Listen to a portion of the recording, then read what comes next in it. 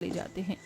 और तभी सुजाता की पांचों बहुएं फटे पुराने कपड़े पहने गांव के कुएं के पास पानी लेने जाती हैं। वहां गांव के कई सारे लोग कुएं से पानी निकाल रहे थे। अरे देखो गांव वालों, ये सुजाता की बहुएं तो कैसी भिखारी की तरह हो गई हैं। अरे शीला बहन, आपको पता नहीं चला क्या? सुजाता और उसकी पांचों बहुओं के भूखे रहने के दिन आ गए हैं। इनके पतियों का काम भी नहीं चल रहा। फिर तो ये पनौती हैं। हटो यहाँ से पांचों, कहीं तुम्हारी मनहूसियत हम पर न लग जाए। गांव वाले सुजाता की बहुओं को वहाँ से भगा देते हैं। तभी पांचों घर आकर सुजाता को सारी बात बताते हैं। क्यों हमारे जीवन में इतनी परेशानियां लिखी हुई है? माँ, क्या बनाऊं खाने में? घर में तो केवल अब एक ही बासी रोटी बची है और सारा राशन भी खत्म हो चुका है। पता नहीं तेरे पांचों भाइयों को शहर में काम मिला कि नहीं। भगवान जी हमारी सहायता कीजिए। इस गरीबी में जीवन बिताने में बहुत तकलीफ हो रही है हमें। हमारी सहायता कीजिए भगवान जी। तभी एक बुजुर्ग आदमी फटे पुराने कपड़ों में सुजाता के घर आते हैं।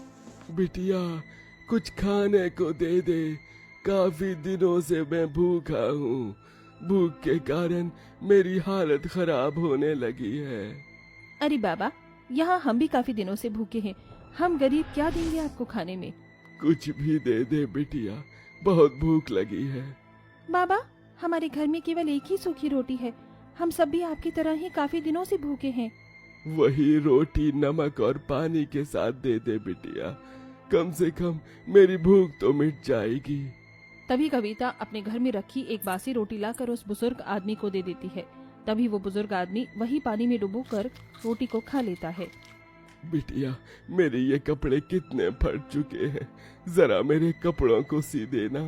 ऐसे फटे कपड़े पहनकर घूमने में मुझे बिल्कुल अच्छा नहीं लग रहा। बाबा, हमारे पास सिलाई मशीन है पर धागा नहीं है। बिटिया, मेरे पास धागा है।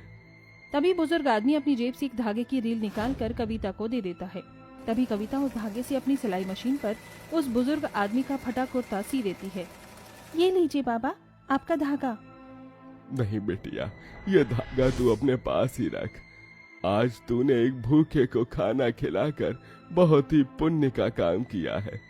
तुमने मेरी इतनी मदद की, इसलिए मैं तुझे अपना ये धागा दे रहा हूँ।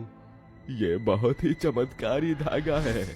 इस धागे से अगर सच्चे और नेक मन से तू कोई कपड़ा सिएगी तो वो कपड़ा इस धागे से सोने का कपड़ा बन जाएगा। इतना कहकर बुजुर्ग आदमी वहाँ से चले जाते हैं। अरे बिटिया, तू कहाँ ये धागा लेकर बैठी है? फेंक दे इस धागे को, ऐसे कई लोग आते हैं। कविता उस धागे को संभाल कर रख लेती है। अगले दिन घर का काम करते करते अचानक रिया का कुर्ता किसी चीज में अटक कर फट जाता है। ये क्या हो गया? एक ही तो कुर्ता अच्छा था मेरे पास, वो भी फट गया। कोई बात नहीं भाभी, लाइए मैं इसे सी देती हूँ। तभी कविता बाबा के दिए उसी धागे से रिया का कुर्ता सी लेती है। थोड़े समय बाद जब रिया उस कुर्ते को पहनती है तो उसके पहनते ही वो कुर्ता सोने का कुर्ता बन जाता है। ये चमत्कार देखकर सबके होश उड़ जाते हैं। अरे ये क्या हो गया? ये कुर्ता सोने का कैसे बन गया? जी ढानी जी, आपका ये कुर्ता सोने का कैसे बन गया? भाभी, लगता है वो बाबा की बात सच हो गई। बाबा ने ही कहा था ना कि ये धागा चमत्कारी धागा है। सब उस सोने के कुर्ते को देखकर बहुत खुश होते हैं। कविता बहन, हमें भी सोने के कपड़े सी कर दीजिए ना, हमें भी पहनने हैं ये कपड़े। हाँ हाँ भाभी, क्यों नहीं। तभी कविता बड़े सच्चे मन से अपनी बाकी चारों भाभीियों के लिए उस चमत्कारी धागे से कपड़े सीती है, जिसके बाद वो सब कुर्ते उस चमत्कारी धागे से सोने के बन जाते हैं।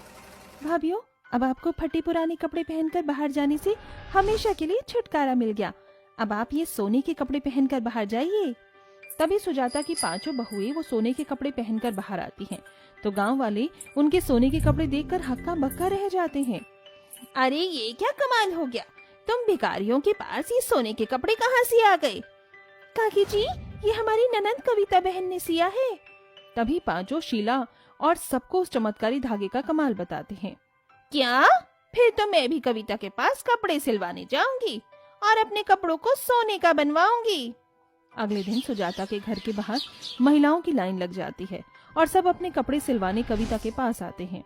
पर जो खराब नियत और सोने के लालच में कपड़े सिलवाने आता था, उनके कपड़े सी तो जाते थे पर वो सोने के नहीं बनते थे और जो नेक नियत लेकर कपड़े सिलवाने आते थे उनके कपड़े सोने के बन जाते हैं। इसी तरह कविता अपने हर कपड़े को सोने का बना देती है, जिसके बाद सुजाता के परिवार वालों की गरीबी एकदम से दूर हो गई और कविता के पांचों भाई भी शहर से चले आते हैं और सब मिलकर एक बड़े से घर में रहकर खुशी खुशी अपना जीवन बिताते हैं।